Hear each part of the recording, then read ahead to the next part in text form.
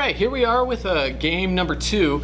It looks like both of our competitors are starting off with a mull down to 6. I anticipate Konan being on the play here. Probably. I Yes. can't imagine why you wouldn't want to be on the play. Anything to keep the aggro deck at bay a little bit. Yes, indeed. It looks like what do we got? Is that a Magma Looks like Spray? a Magma Spray in his hand, which I would definitely keep. Yes. Leading off with a Force, but no Attune. I wasn't able to get a good look. Oh, well. There's the Attune. Sure, whatever, you just draw it. That's Yeah, fine. that works. Get Yeah. the energy and get the land that you need. I imagine he'll probably go for a red land for that Magma Spray.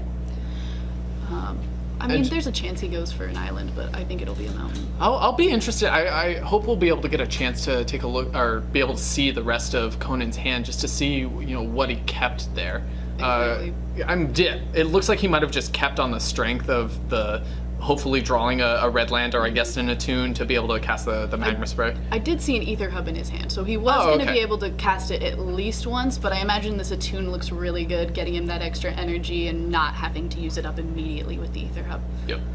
And we see the similar start from Josh, just the turn 1 Gossipmonger. It just feels ever so slightly worse when you're just not on the not on the play. Of course. Last game, it just seemed like it would feel so oppressive. You're just like, oh, I've got this army of like tiny little dorky things coming at me. Yeah, exactly. And why do you think that he didn't tap the Thraben? And I guess he might be waiting until. Yeah, there's not necessarily any reason not to do it right now. I guess Magma Spray. It actually probably should have just did it on his turn, because Magma Spray. Yeah.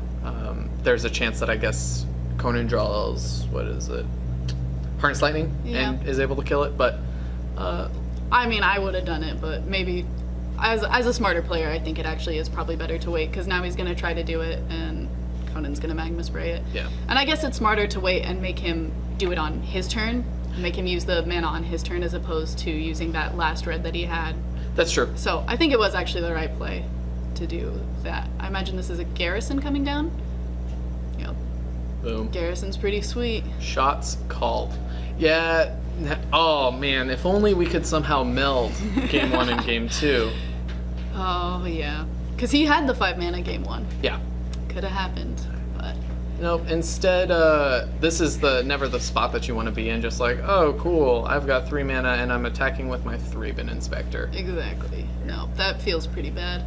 Thraben Inspector is such a weird card, because there's certain, like last game, it was like, God, this is the most powerful card in Standard. Yeah. And then games like this where you're just like, oh, this sucks. I think it feels just significantly worse if you're on the draw. Yeah. Just because, like, oh, I'm playing it here, and it just feels kind of awkward, maybe. Yeah. As opposed to, oh, play it turn 1 and I can, like, it feels more versatile if you're on the play. Makes sense. Yeah. Rogue Refiner, speaking of, that's one of the, I feel, like, subtle best cards in the Temur version of the Marvel deck, because it just does everything you want to be doing. I mean, it does everything that most any deck in Standard wants to do right now, which is make energy and draw cards. Yeah. Anything you can do to get a card advantage, especially in my experience, anytime you're playing versus an aggro deck, your biggest, like, advantage is being able to just draw cards. And Rogue Refiner does that really well. And I mean, there's like Sultai versions of Marvel that are purely blue for Rogue Refiner. Oh, yeah. He's just so good. Well, also the fact that it blocks so incredibly well. Indeed, yeah. It'll block that Hanweir Garrison. Yeah, exactly. I'm sure at this point he doesn't mind the Garrison going in front of, or the Rogue Refiner going in front of Garrison. Oh, most definitely not. Oh, this is rather unfortunate. One, Josh is only on a single white source of mana, but also just not having enough action of whatever sort to just force the main phase crack of the clue to be able to play something. Yeah. Granted, the follow-up play of 3 twos for 2 don't seem all too bad. Yeah, it is a little unfortunate that the Garrison is still blocked poorly by the Rogue Refiner, though. Yeah. I mean, if he does swing with the Garrison, though, he does get in for 4, maybe 6 if he were to swing with the Thraben Inspector as well, because the 2 attacking creatures incoming will get the... Oh, no, they won't, because on a crop cap. Yeah, it's... yeah. Never mind. Yeah. That is... So I don't know if I would have attacked here with that thought. Especially because that block feels bad, man. I mean, maybe Josh is just the block definitely does feel bad, but maybe Josh is just thinking, you know what, I'm gonna have to do something now. Maybe Konan doesn't have the kind of follow up to be able to deal with the Honored Crop Captain. That could be true. Yeah, and just being able to attack with that twice, I feel like you're significantly ahead. True, and I would maybe make that play if I had something in my hand, say like maybe a Thalia's Lieutenant that's going to be able to buff those humans next turn. Oh, that's going to be gross. Let's see. Well, I guess so much for that plan of just being able to attack multiple times. That's a bummer. Yeah, but with no nothing. No Marvel. Yeah, no follow up of really any sort. Oh, but we get a quick glimpse at Konan's hand. It looks like he did bring in those Aether Meltdowns, so yes, we're gonna be able to get. And he has at least 2 of them in his hand, it looks like. Yes. Which might be going on to that Hazoret immediately. And how many cards? 2 cards? He has 2 cards. Oh, 3 cards. Okay, so Hazoret might not be attacking for a little bit. True. But I guess if you're gonna have to cast an Aether Meltdown now, Hazoret's not the worst target. Plus, it has Flash, correct? Flash, and it's. I might, yeah. Oh, Glimmer. Glimmer. Okay. All right, that makes sense. If you have a Glimmer in your hand and we didn't see it, that's definitely the better card to play here. Oh, of course. Look for that Marvel. There it is, I think. Nope. That was a Spirebluff. It was the 2 fast lands, the green, blue, and the red, blue. I can't see. There's a light. Fast lands look a little bit like Marvel. Yeah. Oh, no. All right. What do you think are the chances that he drew a Marvel there? Not good because he didn't slam it down? Yeah, exactly. I feel like if you have it there, you just you definitely slam it down. And I guess it does make sense. What the Glimmer of Genius from the previous turn, it is as mana efficient as can be, and that was just another land off screen. But also the Hazoret, we're not at risk of the Hazoret attacking anytime soon. Oh, it looks like it was a Lumbering Falls. Oh, okay. Yeah. Well, he has all 3 of his Aether Meltdowns in his hand. Yes. Okay. That seems. I guess you play sideboard cards, right? So you can draw them. Yeah, exactly. It seems pretty good. It seems pretty bad when your opponent's board is a bunch of 1-power creatures, but yes. I guess if you're gonna Aether Meltdown anything, doing it on a Thraben Inspector isn't too bad. Yeah. Oh, it just feels so rough. We don't have anything like. What's the red spell with Converge? Radiant Flames. We don't have anything like that. That would just feel like. That would feel really good here. Which seems weird because I feel like I've seen Radiant Flames in a lot of Temur Marvel decks. Yeah. So even like Sweltering Suns, I feel like I've seen a lot of. Oh yeah, definitely. But, I don't know. Sweltering Suns feels like it might be a little rough on the mana base. Possibly, but I've seen a lot of people cast it off on Marvel. Yeah, that makes sense too. Because usually when you're spinning Marvel, you're doing it on your opponent's turn. You're trying to stave them off for as long as possible. Because your worst matchup is an aggro deck, so you don't really mind spinning Marvel and going into Sweltering Suns. Makes sense. And it looks like Konan just does not ever want to see a Honored Crop Captain attack. Just like, nope, snap kill that one. I don't think I want to see her attack either, because her buffing all your other guys is a little scary. Yes.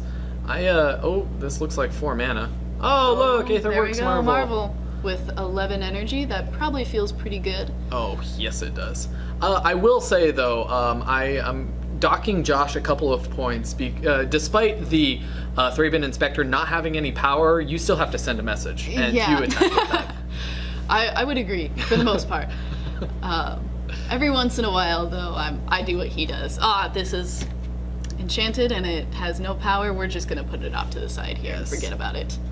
Well, speaking of also forgetting about it, the Hazoret, it's got, 1 power right now? 1 power. Not like it could attack anyway. He's got 3 cards in hand.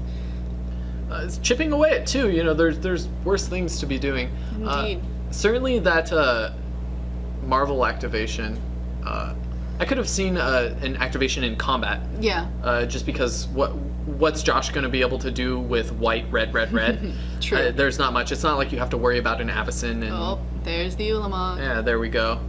And that's what that deck wants to see. Yes. And destroy his white mana. Oh. What is he tapping it? Cast out. That's not a bad play. Yes. He still loses the land. Which feels pretty bad, and I'm sure that's going to stave him off for a little bit, but yes, especially keeping Ulamog at bay for as long as possible. That's true. Being the only white source, too, is especially rough. Exactly. Because we've got 9... You should have about 12 9. And 16 total white sources in the deck. So we've got 15 from here, and he's, what, 15 cards into the deck, maybe? Yeah, something like that. And he's kept... There's another Sure. Ulamog. Okay, cool. Cool. Go for Fun the and interactive magic. Yes, go as for the everyone is flawless saying. victory. Just get rid of, just spin Marvel again. Get rid of all the permanents. Interesting. We got Tireless Trackers. Tireless Tracker is in the sideboard. In the sideboard. Which I imagine isn't too bad. It is very efficient at blocking some of those creatures that he has.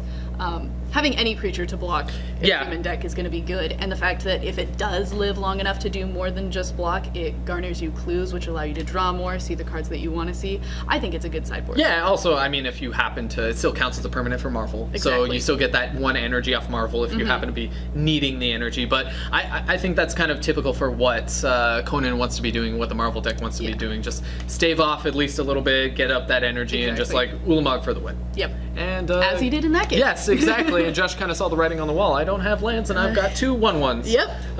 Well, so let's see it the thrilling conclusion to Game our first 3. match in Game 3.